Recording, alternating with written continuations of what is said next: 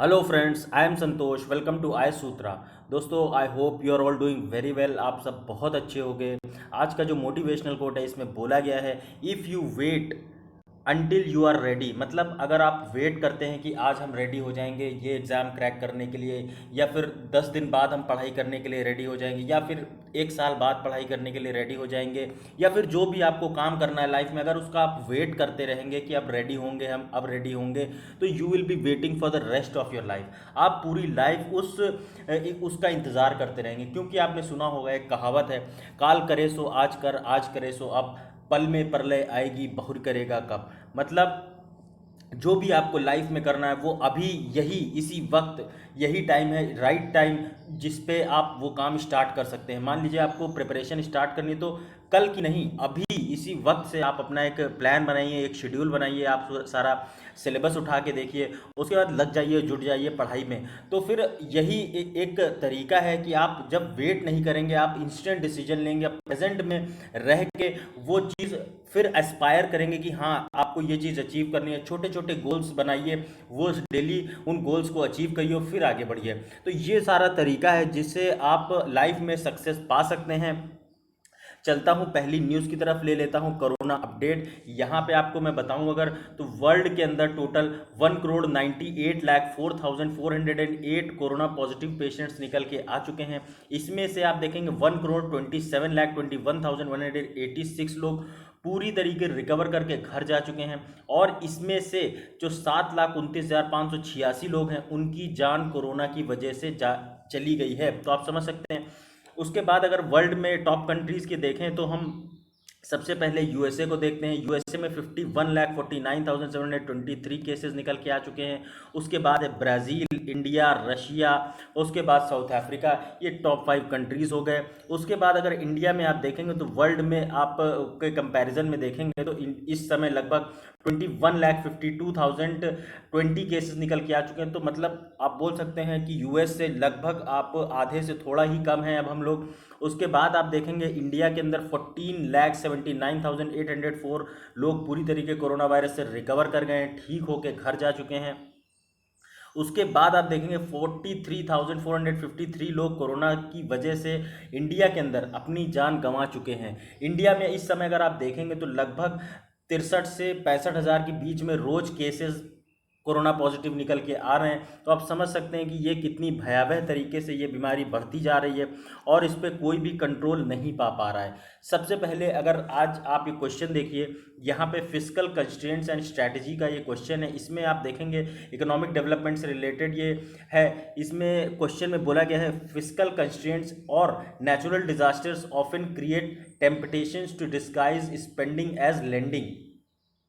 मतलब फिजिकल, जब भी कोई प्रॉब्लम आती है, मान लीजिए ये पैंडमिक चल रहा है या कोई दूसरा नेचुरल डिजास्टर, उस समय जो स्पेंडिंग करी जाती है उसे डिस्गाइज किया जाता है। मतलब डिस्गाइज का मतलब आप बोल सकते हैं प्रलोभन एक तरीके का पैदा किया जाता है कि सरकार ये जो स्पेंडिंग को लेंडिंग की तरह यूज, मतलब जो भी पैसा लोन के माध्यम से दिया जा रहा है या जो भी तरीके से सरकार लोगों को पैसा दे रही, उसको एज अ स्पेंडिंग दिखाया जाता है। मतलब सरकार ये किसी स्कीम के तहत जैसे किसी को फ़ायदा पहुंचाने के लिए खर्च करें, जबकि उसके पीछे कहीं ना कहीं एक मोटिव होता है कि आप उससे पैसा देंगे तो लोन से जो रेवेन्यू जनरेट होगा, जो टैक्सेस होंगे, जो आप ब्याज देंगे, उससे जो पैसा मतलब इनकम जनरेट होगी। लेकिन ये सारी चीज़ें जो हैं, आप समझिए यहीं पे इसी से रिलेटेड एक क्वेश्चन है कि राजकोषीय अड़चने या प्राकृतिक आपदाएं अक्सर उधार टिप्पणी के रूप में खर्च करने का प्रलोभन पैदा करती हैं।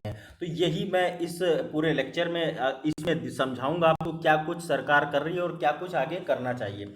अभी आप देखेंगे पैंडमिक की वजह से हमारा जो फाइनेंशियल मैनेजमेंट है, वो चाहे गरीब हो, अमीर हो, या जो भी सरकारें हो, बड़ी बड़ी इंडस्ट्रीज हो, सभी लोग अफेक्ट हुए हैं इस पूरी पैंडमिक की वजह से। बहुत सारे जो रिक्वेस्ट करी गई हैं अलग अलग कंपनीज़ के द्वारा, अलग अलग जो गरीब लोग हैं उनके द्वारा, कि ये जो इंटरेस्ट वेवर्स दिए जाए, मतलब लोन माफ़ कर दिया जाए और मॉरिटेरियम एक्सटेंशंस दिए जाएं, लोन को रीस्ट्रक्चर किया जाए। अभी मैंने 1-2 दिन पहले आप के साथ डिस्कस किया, लोन रीस्ट्रक्चरिंग के बारे में, फजिंग अकाउंटिंग, उसके बाद रिड्यूस कैपिटल एडिक्वेसी, ये सारी चीज़ें जो हैं इनकी डिमांड करी जा रही हैं। लेकिन जो ये मेजर्स लिए जा रहे हैं गवर्नमेंट के द्वारा, ये सारे एक स्ट्रेस डाल रहे हैं हमारा जो बैंकिंग सेक्टर और फाइनेंस सेक्टर है। मतलब जो लोग लोन जिन्होंने ले रखा है, वो लोग जब लोन नहीं दे पा रहे हैं तो सरकार तो एक तरीके से सरकार ने बोल दिया कि ठीक है आपको 3 महीने तक कोई किस्त नहीं देनी। लेकिन इस सारी चीज़ों का जो बर्डन है वो बर्डन पड़ रहा है बैंक्स पे,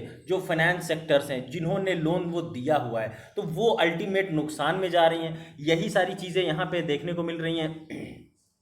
आप देखेंगे यहाँ पे तो काफ़ी चीज़ें जो इसमें एड्रेस नहीं करी गई हैं, जैसे कि रियल प्रॉब्लम्स जो हमारे देश की हैं, जैसे फाइनेंशियल इंक्लूजन। फाइनेंशियल इंक्लूजन क्या होता है? फाइनेंशियल इंक्लूजन बेसिकली आप देखेंगे कि एक समग्र विकास, जब एक किसी भी एक मान लीजिए एक गांव है, वहाँ पे अगर किसी भी पर्सन के पास कोई एक कम्युनिटी है, पूरा जो गांव उसके पास बैंकिंग की सुविधाएं हैं, अच्छा वहाँ पे एटीएम की सुविधा है, पास में कोई बैंक है जहाँ से वो पैसा अपना विड्रॉ कर सकते हैं, जमा कर सकते हैं टाइम टू टाइम, सारी चीज़ें अच्छी बैंकिंग फैसिलिटीज़ अवेलेबल हैं, ज़्यादा पैसा आया तो वो उसका एफडी आरडी करा सकते हैं। तो ये सारी जो बैंकिंग फैसिलिटीज़ अगर किसी को समग्र रूप से जब किसी गांव या किसी पर्टिकुलर एरिया को दी जाती है, that is what you call financial inclusion. और इसके बाद जो माइग्रेट के इश्यूज हैं, जो सेल्फ एम्प्लॉयड लोग हैं जो खुद से नौकरी कर रहे हैं, एमएसएमई सेक्टर्स आप देखेंगे, माइक्रो स्मॉल मीडियम एंटरप्राइजेज जो हैं, ये सारे जो इनके इश्यूज हैं वो कहीं ना कहीं एड्रेस नहीं करे गए हैं, और यही रियल प्रॉब्लम्स हैं, इन्हीं को एड्रेस करने की ज़रूरत है। लेकिन आप देखेंगे अभी हमने जो ये पैंडेमिक हुआ, इससे क्या हमने कुछ अभी लेसन सीखे हैं, इसमें आप देखेंगे ये तो लेसन सीखे ही हैं, उसके साथ ही साथ पिछले कुछ डेकेड्स मतलब 20 सालों में जो लेंडिंग लोन्स हैं, जो लोन देने का जो तरीका है वो कहीं ना कहीं आसान हुआ है, लेकिन उसको जो लोन को रिकवर करने का जो एक प्रोसेस है वो कहीं ना कहीं उसमें एक आप बोल सकते हैं डिक्लाइन आया, क्योंकि लोन तो आसानी से दे दिया जाता है लोगों को, लेकिन वो लोन रिकवर करना कठिन हो जाता है। और इसी वजह से इंसॉल्वेंसी बैंक्रप्सी कोड आया हमारे देश में, जिससे कि आप बोलते हैं कि जो भी एनपीए हो जाता है किसी भी कंपनी का, उससे कैसे पैसा रिकवर करना है, जो उसका कोलेटरल है उससे पैसा कैसे वापस लेके आना है, यही सारे चीज़ों की 90 दिन में प्रोसीडिंग स्टार्ट हो जाती है। क्रेडिट जो कॉरपोरेट क्रेडिट है वो लगभग 3 गुना बढ़ गया 2018 से 2008 से 2014 के बीच में। तो मतलब जो इंडस्ट्रीज़ हैं उनको जो पैसा दिया जा रहा था वो 3 गुना तक बढ़ गया है। नॉन पेमेंट जो क्रेडिट है वो मतलब पैसा दे तो आप बहुत प्रचुर मात्रा में रहें, लेकिन वो वापस नहीं आ रहा है, और इसी वजह से ये बैड लोन की जो प्रॉब्लम है, जिसे आप बोलते हैं नॉन परफॉर्मिंग एसेट, ये सारे इश्यूज निकल के आते हैं हमारे देश में। आपने देखा फ्यूजिटिव इकोनॉमिक ऑफेंडर्स हैं बहुत बड़े बड़े पैमाने पे, जैसे आपने विजय माल्या को देखा, हज़ारों करोड़ का घोटाला करके भाग गया। उसके बाद नीरव मोदी को देखा, वो इतना हज़ारों करोड़ का घोटाला पंजाब नेशनल बैंक में करके भाग गया। तो ये सब जो बड़े बड़े जो घोटाले करके भाग गए, लोन लेके भाग गए हैं, इनके ऊपर उस लेवल पे कार्रवाई नहीं हो पाती जिस लेवल पे एक छोटे और एक गरीब इंसान जिसने 1 लाख रुपए लोन ले रखा है या 5 लाख रुपए तक जिन लोगों ने लोन रखा है, उनके ऊपर बहुत ज़्यादा एडिशनल स्ट्रेस डाला जाता है। जबकि ज़रूरत है कि ये बड़ी मछलियां हैं इनको पकड़ा जाए, ना कि छोटी मछलियों को और उनको फ़ायदा आप दीजिए और लोन दीजिए, जिससे कि वो अपना एक रिकवर कर सके और जो एनपीए बना है उसको कहीं ना कहीं ख़त्म किया जा सके। यही सारी चीज़ें जो है, रिस्क वेटेड असेट्स जो है लोअर है despite capital infusion, disallowing accounting fudging restructuring would have saved. हमारे देश में 7 लाख करोड़ तक का एक सेविंग की जा सकती थी अगर ये अलाउ ना करते। उसी के साथ आप देखेंगे banks would have run out of capital. अगर हम देखें यहाँ पे कि इकोनॉमी को कैसे आने वाले टाइम में प्रोग्रेस करेगी, तो आप देखेंगे हमारे देश का जो फॉरेक्स रिजर्व है, फॉरेक्स रिजर्व क्या होता है? फॉरेक्स रिजर्व आप देखा हम लोग के देश में जो इंपोर्ट एक्सपोर्ट होता है, उस इंपोर्ट एक्सपोर्ट में जो भी इंडिया एक्सपोर्ट मतलब जो मतलब जैसे क्रूड ऑयल खरीदा इंडिया ने ईरान से, तो उस क्रूड ऑयल को वो कितना जो भी जितने का वो क्रूड क्रूड ऑयल हुआ, वो जो पेमेंट करी जाती है वो हमारे देश के फॉरेक्स रिजर्व से करी जाती है। तो यही बात है कि हमारे पास कितना पैसा है कि हम दूसरे देशों से अब ज़्यादा से ज़्यादा चीज़ें खरीद सकें। तो उसी का जो टोटल अकाउंट लगभग इस समय 500 बिलियन से ऊपर हमारा जो फॉरेक्स रिजर्व जा चुका है। और उसी के बाद आप देखेंगे वर्ल्ड में अगर, तो हमारा जो बोरोवर रेट ऑफ ट्रांसमिशन है वो काफ़ी अच्छे से बढ़ रहा है। ये कहीं ना कहीं एक अच्छे पॉइंट है जो कि आप याद रख सकते हैं हमारी इकॉनमी के पॉइंट ऑफ व्यू से। टारगेट ऑफ जो बिलियन डिजिटल मोबाइल पेमेंट्स हैं, ये सारी चीज़ें जो हैं अच्छे से परफॉर्म कर रही हैं, इनको रिप्लेस कर दिया गया है। जो एक बिलियन पेमेंट टारगेट एक महीने में किया जाता था, अब वही बिलियन पेमेंट टारगेट एक दिन में करा जा रहा है। बैंक्स और जो एनबीएफसीज यानी कि नॉन बैंकिंग फाइनेंशियल कंपनीज जो होती हैं, ये काफ़ी ज़्यादा प्रॉब्लम में है और इनको एक ऑर्डरली रेजोल्यूशन एक इनके लिए लाना चाहिए जिससे कि ये भी प्रॉपरली अच्छे से परफॉर्म कर रहे हैं। उसके बाद रिजर्व बैंक जो है कंटिन्यूसली अपना इन्वेस्टमेंट बढ़ा रहा है, सुपरवाइज कर रहा है, supervisory technology, revamping, early warning models, ये सारी जो चीज़ें हैं रिजर्व बैंक के द्वारा करी जा रही हैं, जिससे कि कहीं ना कहीं जो एनपीए है, जो लोगों को पैसे की जो क्रंच है, जो लोगों के पास लिक्विडिटी नहीं जा पा रही है, उसको कहीं ना कहीं एक बैलेंस करके चला जा सके, इन्फ्लेशन को कंट्रोल करके चला जा सके। तो ये सारी चीज़ें। उसके बाद आप देखेंगे डिपॉजिट इंश्योरेंस जो लिमिट्स हैं उनको बढ़ाया जा चुका है, रिस्क बेस्ड प्रीमियम फ्रेमवर्क को प्रपोज किया गया है। आरबीआई ने कैलिब्रेट की है एग्जिट स्ट्रैटेजी जिससे कि इमरजेंसी कोविड-19 मेजर्स को कंट्रोल किया जा सके।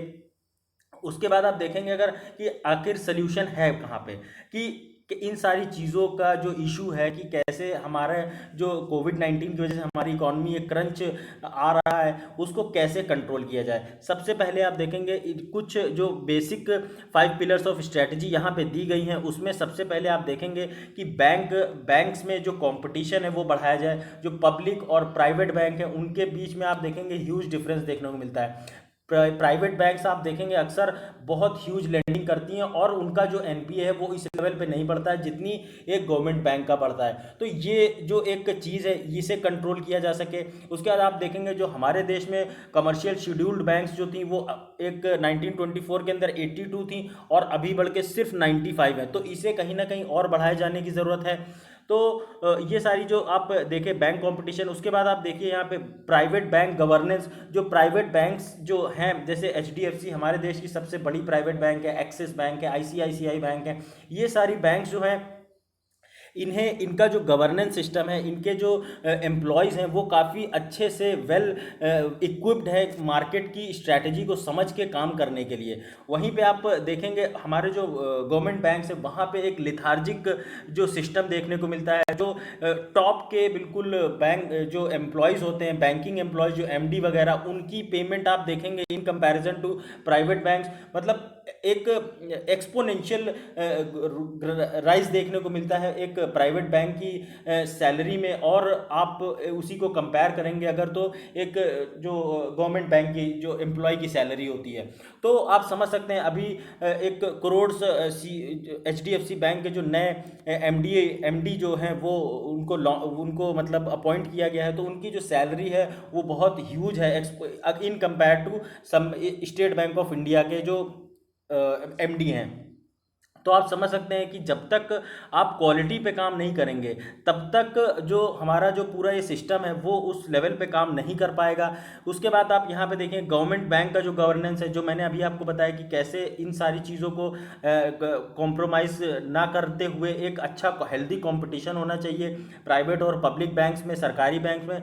आरबीआई का जो रेगुलेशन और सुपरविजन है वो कहीं ना कहीं एक उस पर बात की जा रही है कैसे उसे इम्प्रूव किया जाए। उसके बाद इसको कैसे रीइंफोर्स किया जाए, importance of statutory auditors, ethical conduct, share holder self interest, ये सारी चीजें, रिस्क मैनेजमेंट कैसे किया जाए।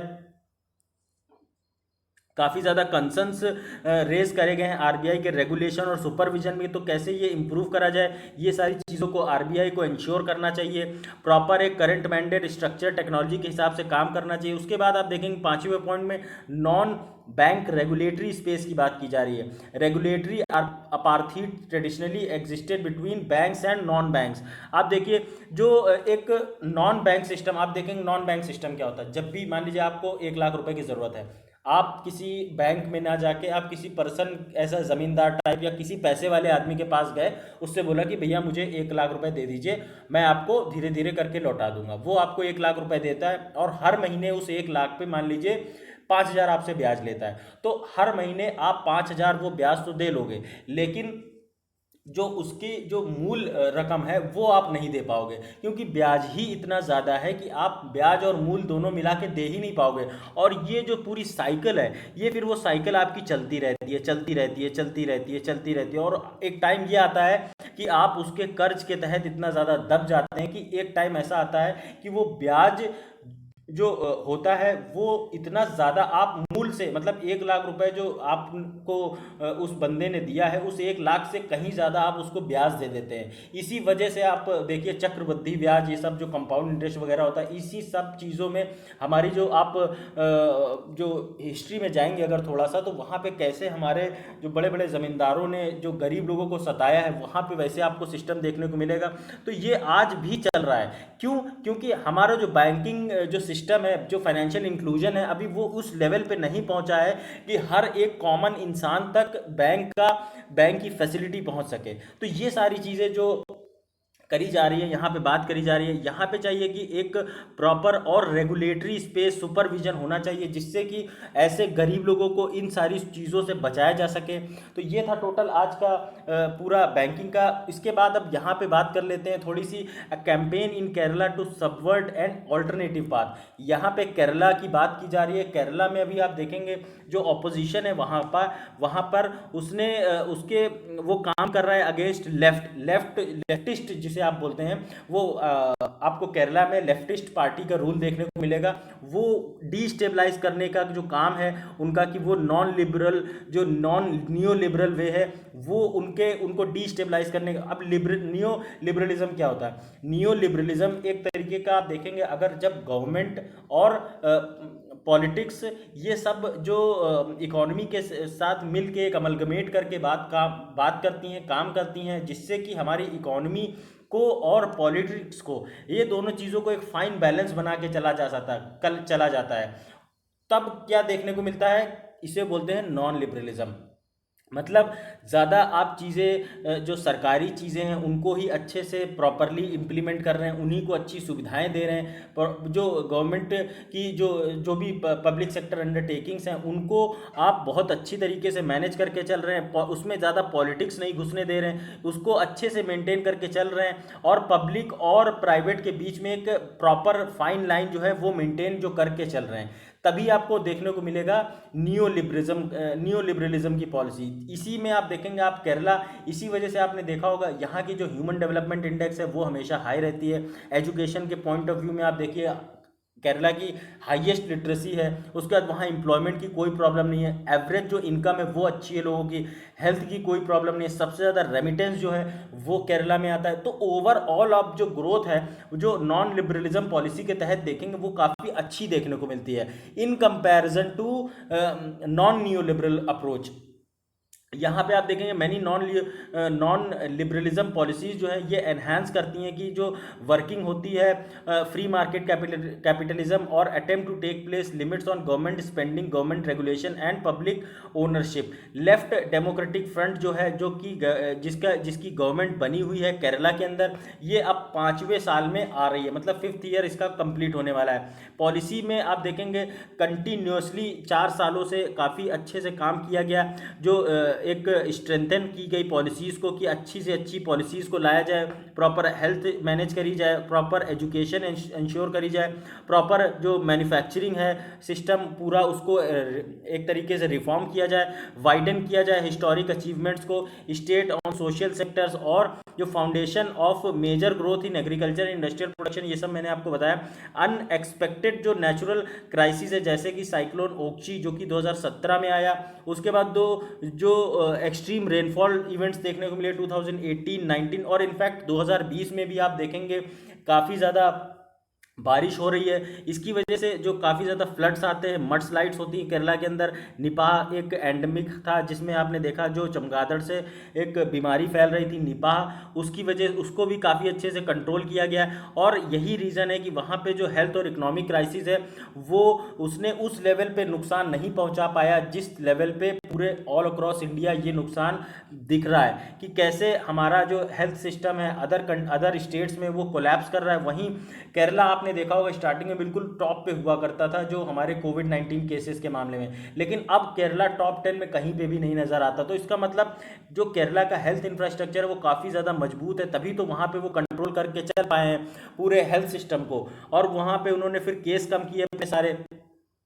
जो प्रोग्रेस ऑफ केरला जिसने जो पिछले 4 सालों में देखने को मिली वो है इन 5 सेक्टर्स में एग्रीकल्चर अच्छी हुई, पब्लिक सेक्टर इंडस्ट्री अच्छी हुई, सोशल सिक्योरिटी स्कीम्स में अच्छे से इम्प्लीमेंट किया गया, लोगों के अंदर जो इक्विटी है इक्वालिटी है वो इंश्योर करी, school education in infrastructure model. और उसके साथ मैं अगर एक एक्स्ट्रा पॉइंट आपको बताऊं, जो आप देखेंगे जिनको थर्ड जेंडर आप बोलते हैं, जिन्हें आप एक कॉमन भाषा में एक जिसे बोलते हैं हिजड़ा बोलते हैं, वो भी वहाँ पे काफ़ी उनके लिए उनकी राइट्स के लिए फाइट करी गई और उनको भी प्रॉपर उनको हक दिलाया गया कि आपको जो भी सारी गवर्नमेंट फैसिलिटीज़ हैं, इवन पायलट तक वहाँ के जो ट्रांसजेंडर्स हैं वो बनते हुए नज़र आते। तो आप सोचिए कि हर इंसान के लिए एक समग्र रूप से एक सोचती है केरला की गवर्नमेंट, इसलिए ऐसा ही वहाँ पे अच्छे से काम हो रहा है। मॉडर्नाइज किया गया है केरला की एग्रीकल्चर को और इंश्योर किया गया है कि साइंटिफिक फार्मिंग पे काम किया जाए, साइंटिफिकली सारी चीज़ें एग्रीकल्चर में ड्रिप इरिगेशन वगैरह इन सब चीज़ों पे काफ़ी ज़्यादा फोकस किया गया। अभी आप देखेंगे कि जो केरला के अंदर जो एक मैंने पुक्कली राइस करके एक बात बताई थी जिसमें कोस्टल जो समुद्र का पानी होता है उसमें भी वो राइस उगाता है, तो उस पर काफ़ी ज़्यादा रिसर्च एंड इंफ्रास्ट्रक्चर डेवलपमेंट हुआ जिससे कि सॉरी सुभिक्षा केरला प्रोग्राम के तहत आपने देखा कि मेन कंपोनेंट जो था जो कोविड 19 पैकेज का, उसमें रिकवरी के बारे में इंश्योर किया गया, कैसे आने वाले टाइम में इंटेंसिफाई किया जाए फूड प्रोडक्शन, एग्रीकल्चर को कैसे बढ़ाया जाए, अच्छे से काम किया जाए एग्रीकल्चर के फील्ड में। एनुअल जो एनिमल रिसोर्सेज जो है वहाँ पे dairy fisheries, development of water resources, cooperation, value added through industrial production, तो इन सारी फील्ड्स में अच्छे से काम किया गया है। इकोनॉमिक प्लानिंग अगर देखेंगे केरला के अंदर तो इसमें आपको देखने को मिलेगा जो पब्लिक सेक्टर डिसइन्वेस्टमेंट है इसमें कहीं ना कहीं इस पर रोक लगाई गई। अनलाइक कि आप देखिए नॉर्मल हमारे देश की जो सेंट्रल गवर्नमेंट है वो काफ़ी चीज़ें प्राइवेटाइज कर रही है, रेलवे हो, एयर इंडिया हो या फिर और दूसरी जो पब्लिक सेक्टर महारत्नाज हैं उनको जो प्राइवेटाइज किया जा रहा है वो सब हेल्थ सिस्टम को। तो ये सारी चीज़ें जो हैं वो केरला में नहीं होती हैं। सारी जो पब्लिक सेक्टर अंडरटेकिंग्स है उनको जो सरकारी मशीनरी है उसको ही प्रॉपरली काम करने के लिए एक टाइम टू टाइम डेवलपमेंट्स किए जाते हैं, उन पर प्रॉपर गाइडलाइंस इशू करी जाती हैं। फिक्शियस न्यूज़ जो ब्रॉडकास्ट है, मतलब जो आप देखेंगे फेक न्यूज़ और जो ऐसी न्यूज़ जो जिससे लोग बरगलाते हैं, जो लोग को एक तरीके से उन्माद पैदा करती, वो सारी न्यूज़ पर लगाम लगाई गई। अटेम्प्ट किया गया कि गवर्नमेंट को लिंक किया जाए इसमें ऑपोजिशन के द्वारा कि गोल्ड स्मगलिंग जो रिंग है त्रिवेंद्रम में इंटरनेशनल एयरपोर्ट है वो लेटेस्ट अटेम्प्ट है उसमें कि ऑपोजिशन ने कैसे केरला गवर्नमेंट को इसमें डाला है। लेकिन आप देखेंगे जो कस्टम और क्राइम ऑफ इंटरनेशनल स्मगलिंग है वो सेंट्रल गवर्नमेंट के सब्जेक्ट में आता है। Central government list central list के तहत आता है। Union list of 7 schedule constitution में हमारे जो 3 लिस्टें हैं, सेंट्रल लिस्ट, स्टेट लिस्ट और कॉन्करेंट लिस्ट। ऑपोजिशन में इसमें बेसिकली क्या बोला कि बहुत बड़े पैमाने पे स्मगलिंग करी जा रही है गोल्ड की केरला गवर्नमेंट के द्वारा। लेकिन आप ये चीज़ समझिए बीइंग अ एक्टिव स्टूडेंट्स कि आप जो हमारे देश की 7th शेड्यूल में 3 लिस्टें हैं, सेंटर, कॉन्करेंट और स्टेट लिस्ट, उसमें जो स्मगलिंग और जो एविएशन एयरपोर्ट और ये सब कस्टम्स का काम है वो सारा आता है सेंट्रल लिस्ट के अंदर। तो सेंट्रल लिस्ट का जहाँ पे काम है वहाँ पे स्टेट कैसे इंटरवीन कर सकता है? तो यही चीज़ बोली जा रही है कि ये एक सिर्फ ऑपोजिशन का एक क्लेम है, लेकिन इसमें कोई भी एक सच्चाई नहीं है। आप देखेंगे जो लोग हैं केरला के उनको चाहिए कि वो रियलाइज़ करें हिडन एजेंडा जो ऑपोजिशन का है और वो ना सपोर्ट करें वो कि जो दूसरी तरीके से जो काम कर रहे हैं सपोर्ट करें सिर्फ नॉन लियो लिबरल पाथ जो कि social economic development of country के बारे में बात कर रही है। यहाँ पे श्रीलंका की पॉलिटिकल क्राइसिस काफ़ी समय से जो चल रही थी वो ख़त्म होती हुई नज़र आ रही है, क्योंकि अभी आप देखेंगे जो गोटबाया राजपक्षे और महिंद्रा राजपक्षे हैं, इन्होंने फिर से अपनी सरकार बना ली है। आप देखेंगे यहाँ पे 2/3 जो पार्लियामेंट्री मेजोरिटी है उन्होंने अचीव करी श्रीलंका के अंदर। Podujana Peramuna SLPP Sri Lanka people front, इसमें इन्होंने आपने देखा कि जो पॉलिटिकल अपोजिशन पार्टीज़ हैं उनको पूरी तरीके से हरा दिया है। SLPP जो है उसने 145 सीटें जीती 225 में से, तो आप समझ सकते हैं कितने ह्यूज एक विन देखने को मिली। इसमें आप देखेंगे जो यूनाइटेड नेशनल पार्टी है जो कि पहले इसमें रूल कर रही थी, वो काफ़ी ज़्यादा उसने एक हार का सामना किया, जिसमें आप देखेंगे जो रनिल विक्रमसिंघे और जो दूसरे हैं वो सब इसमें हारते हुए नजर आए और सिर्फ एक पार्लियामेंट्री सीट जीत पाए। इसमें आप देखेंगे जो दूसरे नोटेबल ट्रेंड्स हैं वो है इलेक्टोरल आउटकम के decline in of ethnic minority representation. इसमें एथनिक माइनॉरिटी जो रिप्रेजेंटेशन है, जैसे आपने देखा होगा कि हमारे देश में जो तमिलनाडु है वहाँ की बहुत बड़ी कम्युनिटी केरला के अंदर जाफना वाले जो नॉर्दर्न केरला है वहाँ, नॉर्दर्न श्रीलंका है वहाँ पे रहती है, तो उनकी जो वो रिप्रेजेंटेशन है वो उस लेवल पे अभी देखने को नहीं मिला। और यही रीज़न है कि वहाँ पे अब काफ़ी ज़्यादा जो एक होल सोल जो सारी सत्ता है वो वहाँ के जो आप प्रेसिडेंशियल फॉर्म में जाती हुई नज़र आ रही है। अभी आपने देखा जो यहाँ पालाना गुड गवर्नेंस कोएलिशन है जो कि जॉइंटली लेड की गई थी रनिल विक्रमसिंघे और मैत्रीपाला श्रीसेना के द्वारा, इन्होंने एक सरप्राइजिंग विक्ट्री अचीव करी थी प्रेसिडेंशियल इलेक्शन में जनवरी 2015 के अंदर में। लेकिन उसके बाद ये काफ़ी ज़्यादा समय तक सरकार नहीं चला पाए और फिर ये सरकार गिरी और दोबारा ये दो भाई महिंद्रा राजपक्षे और जो गोटबाया राजपक्षे, इन दोनों ने अपनी सरकार बनाई, एक प्रेसिडेंट बने और एक प्राइम मिनिस्टर बने। तो इनके समय में जो मैत्रीपाला श्रीसेना के समय में 19th अमेंडमेंट को कहीं ना कहीं अमेंड किया गया था। इसमें बात की गई थी कि जो आर्बिट्री पावर्स हैं प्रेसिडेंट की उनको रीस्टोर किया जाएगा, उनको कहीं ना कहीं एक जो पहले नॉर्मल कम रहती थी प्रेसिडेंट की पावर्स वैसे ही रीस्टोर किया जाएगा और श्रीलंका की जो पार्लियामेंट्री डेमोक्रेसी है उसको फिर से लागू किया जाएगा, जिससे कि लोगों की जो आवाज़ है वो सुनी जा सके, लोगों की जो प्रॉब्लम्स है वो सुनी जा सके, ना कि एक अथॉरिटेरियन रूल देखने को मिले।